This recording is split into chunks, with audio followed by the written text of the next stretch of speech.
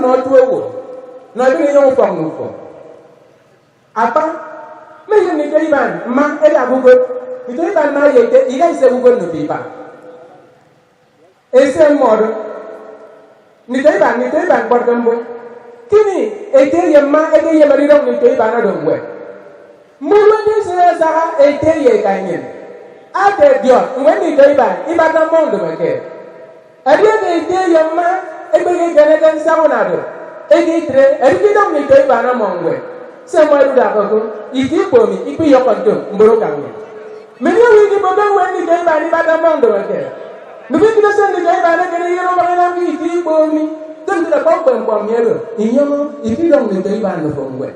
Kesa ni kaya dia ni kembali nam, iban, kembali nama ikan ada, utri kerja.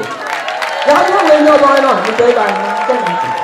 Isu itu ya yang aku pernah nampak. Ni kaya ya mak, ida isa aku pernah nampak. Esa moro. Ada yang ni kaya ni mama pergi jalan kan jaman para wayu kari. Nampak ni kaya saya taman sang para wayu.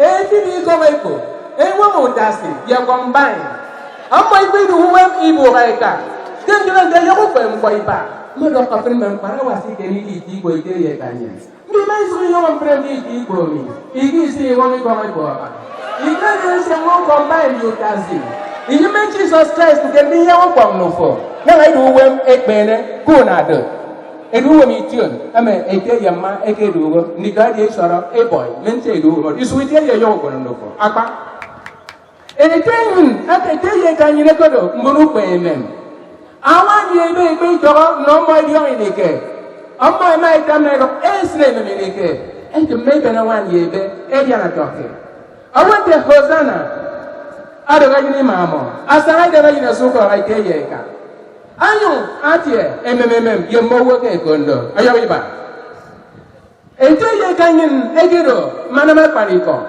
apaniko ke se asanga ye mo ipake to masukana ibenya afia ikoro bu bato afin ni daigeri ena ma paniko uke ngeje ye ka awonje ime ameru uro ina mo ayina na ma paniko uke ngeje ye ka emi obo ina ime ke ye tie go ayo itao ete ina kodo e wi aya wede magodo pren yu ya wan me de we migi dio ga mo gi so ngi ngami ai me kodo wam asiana prawa ye e pren wo wan ta paniko agbado me dio ga ina mo kereke ma Elizabeth e sere kodo ye Isabella iko French ta paniko ayi ni dio ga dia ngeka kem pondo meke kem bni dem ke du wem yu ya poiso ayes na ibe mo misi ya kanya boy mam de make ukon mo ngal fa kama kuna man dudwe ayo ina ma ke sino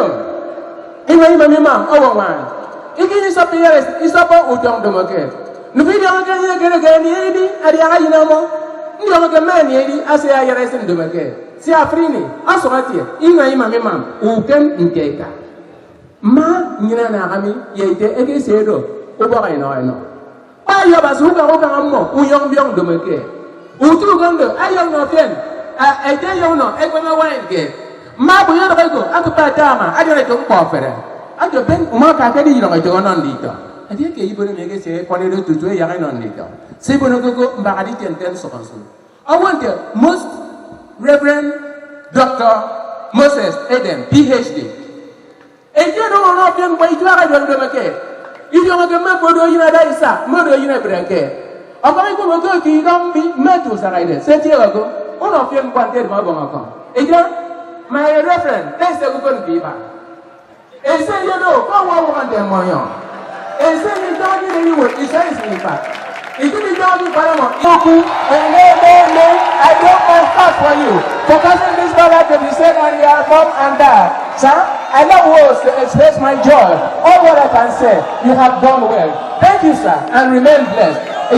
Abang tete, ese ete konado. Ese bokete kedo tike, amma baye do. Abang edo ban, edu ngobo laika. Ete kedo tike, amma baye. Abang edo ban, edu ngobo laika. Ete program. Yo maso tere yo kononfo. Te amanam tutu. Amami ban juleba. Najika nunu, nusa bliche. unu malangaba mamanu bialeba mbeuno kachukuka zulu dum Nanga ayawari Yesu Kristi. Asa community progresya salam alaikum. Muna kudia kana sumu. Aku nekang namu. Muna kudia susai. Salam alaikum. Alam pani. Omolu wa community jewa tibai. Modu kwa tripe tinisiwa. Latiwa